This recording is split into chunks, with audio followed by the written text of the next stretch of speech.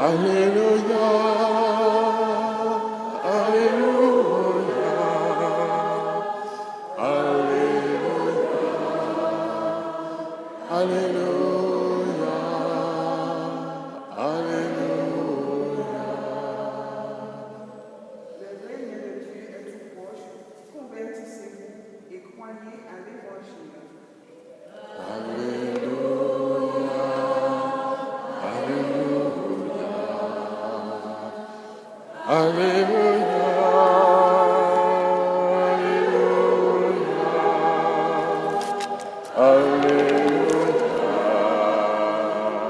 Alléluia, Alléluia. Le Seigneur soit avec vous. Évangile de Jésus-Christ selon saint Matthieu. En ce temps-là, Jésus appela ses 12 disciples et leur donna le pouvoir d'expulser les esprits impurs et de guérir toute maladie et toute infirmité. Voici les noms des 12 apôtres. Le premier, Simon, nommé Pierre, André, son frère, Jacques, fils de Zébédée, et Jean, son frère, Philippe et Barthélemy, Thomas et Matthieu le publicain, Jacques, fils d'Alphée, et Thaddée, Simon le zélote, et Judas l'Iscariote, celui-là même qui le livra. Ces 12, Jésus les envoya en mission avec les instructions suivantes. Ne prenez pas le chemin qui mène vers les nations païennes et n'entrez dans aucune ville des Samaritains. Allez plutôt vers les brebis perdues de la maison d'Israël.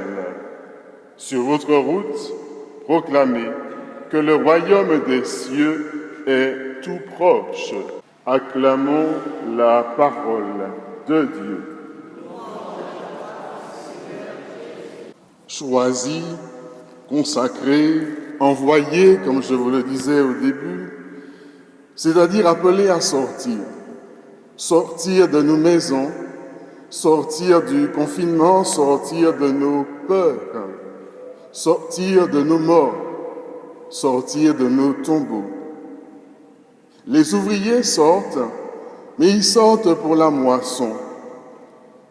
Il y a un psaume qui nous dit que si tu ne sors pas, les épis vont flétrir et pourrir.